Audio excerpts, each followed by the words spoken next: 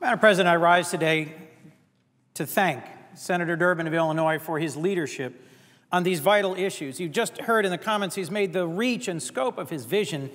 I am just so impressed with the breadth and depth of his engagement, first on behalf of American workers, because he recognizes so clearly that 95% of the world's consumers live outside our country, and we have to have a coordinated, capable, competent export strategy in order to continue to access the most promising, most rapidly growing markets. And Africa, the 54 countries of the continent of Africa, provide enormous opportunity as their growing middle class, increasing access to their human and mineral and natural resources, create opportunities for us to grow jobs here in the United States. Nearly 10 million good jobs today are supported in the United States by exports to the rest of the world. But as Senator Durbin has wisely seen and pointed out, our competitors are beating us in the race to access these great opportunities. The Chinese, the Brazilians, the Russians, the Indians.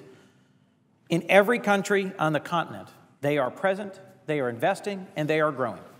Senator Durbin rightly recognized that China has eclipsed the United States as the leading trade partner for Africa.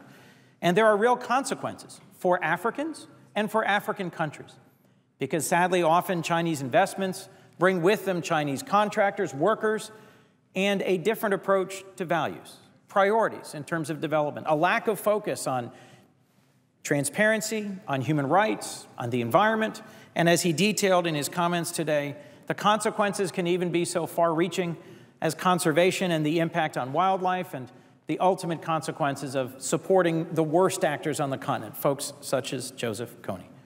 But let me turn, if I might, briefly to the bill which I am proud to co-sponsor with him today, which focuses on trying to ensure that the more than 10 U.S. government agencies responsible for export promotion have a coordinated strategy. One of the principal points of his bill, which I am proud to co-sponsor, challenges the executive branch to sustain and increase our investment in the Foreign Commercial Service, to sustain and increase our resources through things like OPIC and EXIM, and asks the executive branch to create a coordinator to ensure that all of this is done responsively and in a cost-effective way. Other things that I mentioned in the trade report, which Senator Durbin was kind enough to quote and to reference, are that in the United States we have an enormous African diaspora community, which can be strategically vital as American businesses seek to access these growing opportunities across the continent of Africa. We also look to bolster support for agencies that finance U.S. commercial engagement overseas. Our competitors, in particular the Chinese, have a very different approach to financing exports. And the United States needs to better coordinate, to better align, to act as one nation.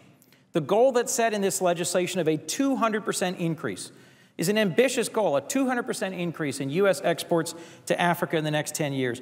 But if we were to accomplish this goal in a cost-effective way through more responsibly coordinating the investments we're already making in these federal agencies that can better coordinate U.S. private sector efforts, think of how many jobs we might create. Think of how many countries we might connect better to the United States. Think of how many towns and workplaces across this country would benefit. Senator Durbin, I just want to thank you today for your leadership, for the clarity of your vision, for the breadth of your engagement, and for the investment of time. Someone in his position has so many other issues which he could be investing his time on. But over his entire service here in the Senate of the United States, he's been passionate about clean water for the continent of Africa and passionate about high-quality jobs for the workers of the United States. In this bill, he finds a way to make good on both of those passions, improving the lives of Africans across a growing continent and improving the lives of workers across our nation. Thank you, sir, for your leadership, and I am proud to join you today in co-sponsoring this reintroduced, bipartisan, soon-to-be bicameral, common-sense bill. Let's hope that all of our colleagues take it up and pass it in this Congress.